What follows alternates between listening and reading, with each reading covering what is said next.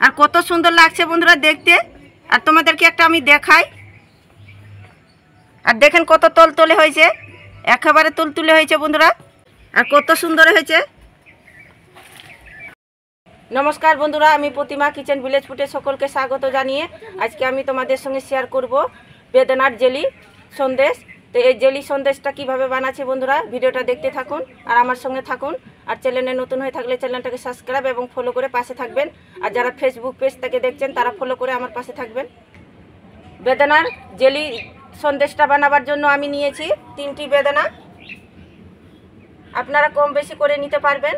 আর দেখেন বন্ধুরা কালারটা কত সুন্দর লাগছে দেখতে বেদানা, আমাকে তো দারুণ লাগছে কালারটা দেখতে। তো বেদানাগুলোকে আমি পরিষ্কার করে ধুয়ে নিয়েছি, খোসাটা ছাড়িয়ে আমি বের করে নেব।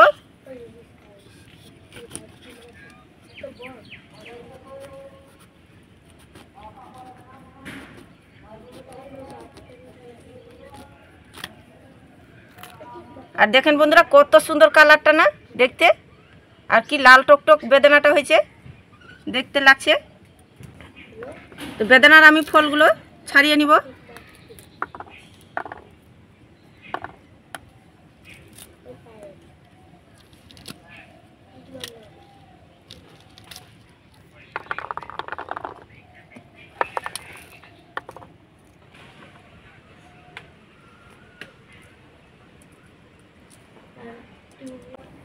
সবগুলো আমি বেদানার খোসাটা ছাড়িয়ে নিয়েছি।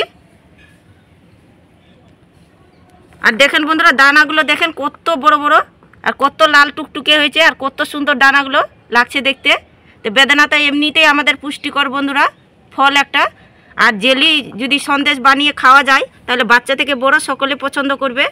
তো এখন আমি বেদানাগুলোকে জুস বানিয়ে নিব। একটা মিষ্টির জার নিয়েছি।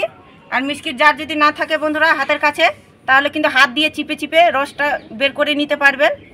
তা আমি এখন মিষ্টিতে দিয়ে আমি জুস বানিয়ে নিব।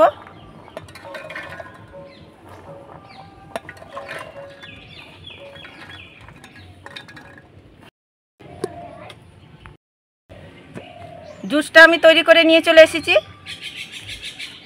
এখন আমি ছাঁকনিতে ছেঁকে নেব।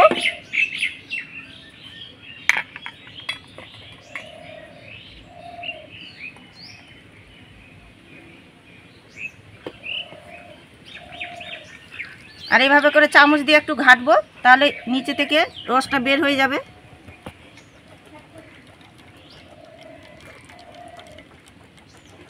চেপে চেপে আমি রসটা বের করে নিয়েছি।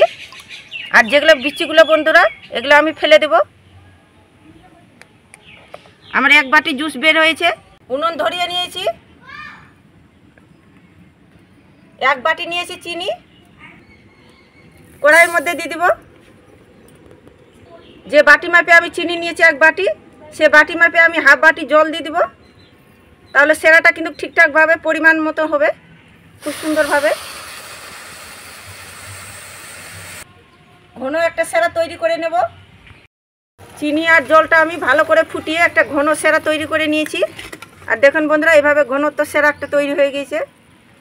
আর হাফ বাটি জল আর 1 বাটি চিনিতে পারফেক্ট সেরাটা হয় বন্ধুরা।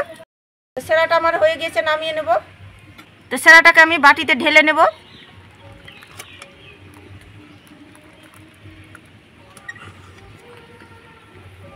সামান্য একটুখানি দিয়ে দিব পাতিলেবু রস, 2 ফোঁটা দিয়ে দিব, বেশি দিব না। আর এটা দিতে গেলে বন্ধুরা সেরাটা কিন্তু জমে যাবে না ঠান্ডা হলে।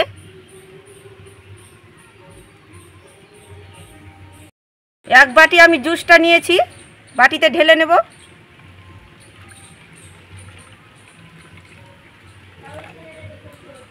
এক বাটি জুসের জন্য বন্ধুরা পরিমাণটা ঠিকঠাক নিতে হবে, তাই আমি ছোট বাটি হাফ বাটি নিয়েছি কর্নফ্লাওয়ার।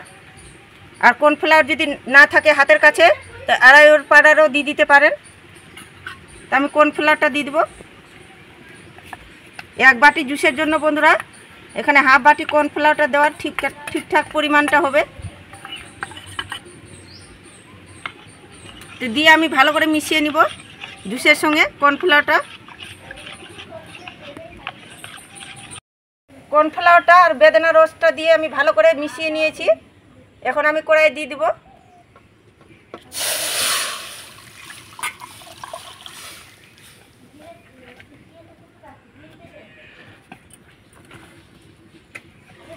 অনবরত এইভাবে করে নাড়তে থাকবো, কেন কি কর্নফ্লাওয়ার দেওয়া আছে বন্ধুরা, নিচে থেকে লেগে যেতে পারে, তাই অনবরত এইভাবে করে নাড়তে থাকতে হবে।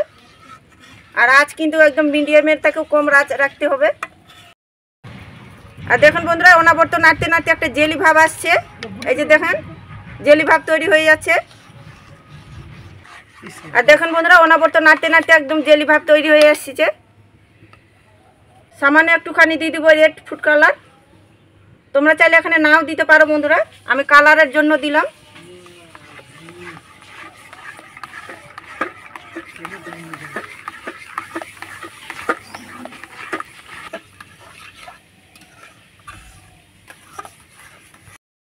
এবার আমি যে সেরাটা তৈরি করে রেখেছিলাম সেটা একটু একটু করে দিব আর মিশিয়ে নিব।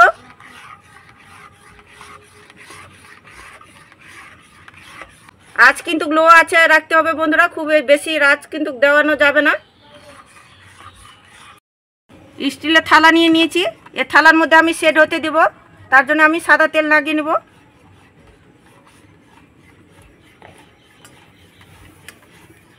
তোমরা চাইলে কিন্তু এটা ঘি দিয়েও কিন্তু লেগে নিতে পারেন, থালাতে বা কৌটোতে যেটা ইচ্ছা বন্ধুরা সেটাতে করতে পারেন। আমি থালাতে বসাবো। কিছুটা পরিমাণে আমি চার মগজ নিয়েছি, আর কাজুগুলো আমি ছোট ছোট করে টুকরো করে নিয়েছি। থালার মধ্যে দিয়ে আমি সাজিয়ে নেব। তোমাদের কাছে যেটা ড্রাই ফ্রুট থাকবে সেটা দিয়ে তোমরা সাজিয়ে নিতে পারো।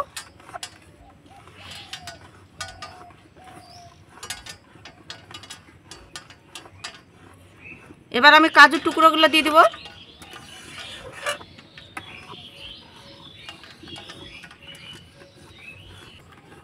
থালাতে দিয়ে আমি ভালো করে সাজিয়ে নিয়েছি। আর নাড়তে নাড়তে সেরার সঙ্গে দেখেন বন্ধুরা এভাবে করে জেলিটা তৈরি হবে, তখন কিন্তু বুঝে নিতে হবে কি পারফেক্টভাবে হয়েছে। তো এখন আমি নামিয়ে নেব। যে থালাতে আমি ড্রাই ফ্রুট দিয়ে সাজিয়ে নিয়েছি সে থালাতে আমি ঢেলে নেব।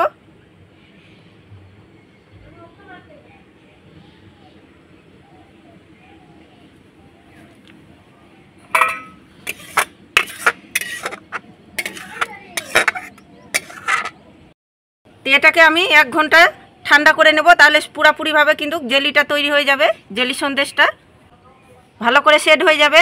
আর তোমাদের কাছে যদি হাতের কাছে সময় না থাকে বন্ধুরা, তাহলে কিন্তু 8 ঘন্টা মতো ফ্রিজে রেখে দিবেন, তাহলে কিন্তু সেট হয়ে যাবে ভালো মতো করে। জেলি সন্দেশটাকে আমি 1 ঘন্টা পুরোপুরিভাবে ভালো করে ঠান্ডা করে নিয়েছি, আর ভালোভাবে সেট হয়ে গিয়েছে। এখন আমি থালার মধ্যে নামিয়ে নেব।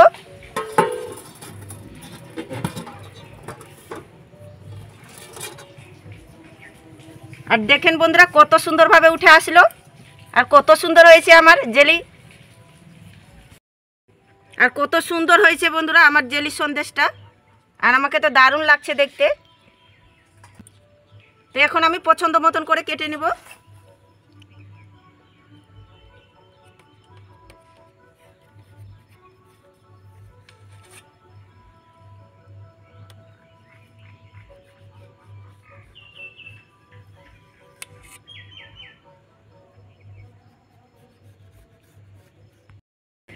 পছন্দ মতো করে আমি কেটে নিয়েছি আর প্লেটে তুলে নিয়েছি। আর কত সুন্দর লাগছে বন্ধুরা দেখতে। আর তোমাদেরকে একটা আমি দেখাই।